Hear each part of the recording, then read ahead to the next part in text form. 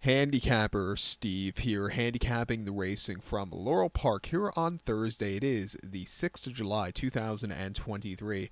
Gonna look at the 7th race from Laurel, but before I get on to that, remember to please follow me on Twitter at HorseRacingKit5 for more selections for race courses around the world, and join me this weekend for my Belmont Derby preview from Belmont Park, and it's also closing day, so join me all throughout the weekend for my Belmont previews.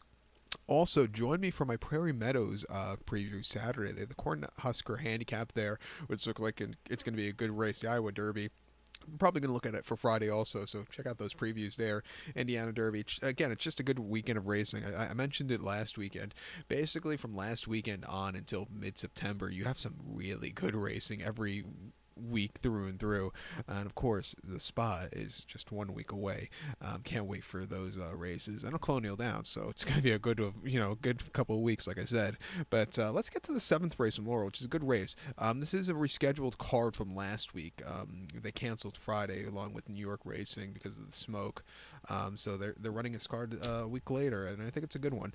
So let's look at the 7th race, which is a claiming event going for a $27,000 purse race for fillies and mares, 3-year-olds and upwards. Never won 2 races here. Claim price $16,000. We have a field of 12 horses entered. Keep in mind the 3-horse is an MTO, so 11 will go to the inner turf course here, or to the turf course. It's the outer portion of the turf course, actually, if you want to go by that. The distance of ground of 1,800 meters, or a mile and 1/8 on the Laurel turf course. 1,800 meters, a mile 1/8 here. My top selection, I'm going to go with the number 10 horse here, Heartburn. And I get a lot of that. 10, 8, 1, 11 in the superfecta. 10, 8, 1, 11 super. It's not from the food, it's from the people I deal with. But the 10 horse Heartburn, this 4-year-old filly by Loban here. Jorge Ruiz is on this one. The horse's most recent outing came the 9th of June at Laurel, 1 mile claiming 20,000. And the horse finished third by 2 3/4 lengths that day. He stepped up in class from his previous race, and he had an okay trip. He closed up a little bit that day, but he still needs something more. With a stronger pace in front of him, being a little bit more into it early on, I think he could get the trip to win. Also, coming down to a claiming 1250, it's the lowest he's been. I think it's a better spot for him, and I think he could find the winner's circle against these horses. His buyers are definitely up to scratch. 2 back in a claiming 16 at Pimlico, mile 8th on the 26th of May. He finished third by 1 3/4 lengths that day, and he was with them early on from the wide poster. He had the lead. He got overtaken, but he didn't go down without a fight. I thought he showed potential that day. And then a claiming 30 non-2L at Belmont, a mile 16th inner turf course, 18th of May. He finished 8th by 11 1/4 lengths. Inner turf course, you need to be drawn low, going a mile 16th. He was everything but. He was drawn 9 and 9, basically since it starts on the Widener turf course, where they would actually start a mile 8th on the Widener, which I don't think they've ever run, or if they haven't run in my lifetime.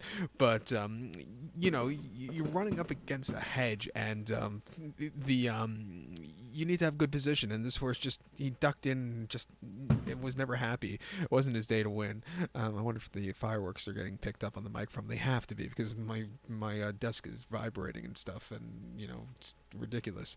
I'm filming this, of course, on July 4th, so that's why with my festive shirt.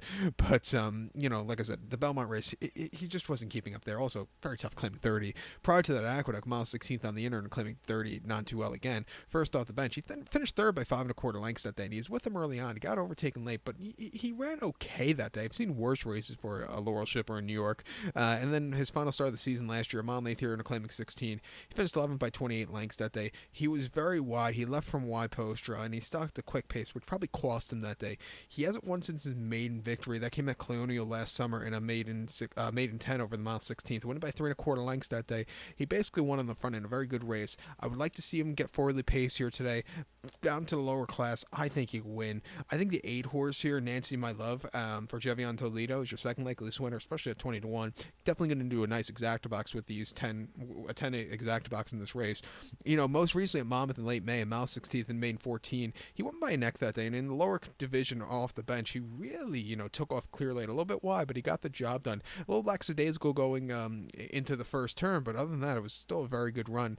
Prior to that, he ran the dirt at Parks right before Christmas, mile 70 in a main 10. He finished second by 2.5 lengths that day. He closed up a little bit that day, but he needed to show more. It was probably his best race in life to that point, but he still, like I said, needed more there. And then a main 60 at Laurel. Mile 16th in early November. He finished fifth by 3 lengths. He just kind of stalked and kind of hit the wall that day. Need the race for experience. Definitely with every single race he's improving. Coming here at 20 to 1, I'll give him a shot. His most recent race wasn't bad at all. Should really improve to the 4-year-old campaign. But to recount my selection for the 7 from Laurel here on this Thursday afternoon, I'm going to take the 10-horse Heartburn. Give kudos to the 8-horse Nancy, my love. 10-8, 1-11 Super. 10-8 in your multi-race. So good luck to all. Please follow me on Twitter at HorseRacingKid5. Good luck, everybody.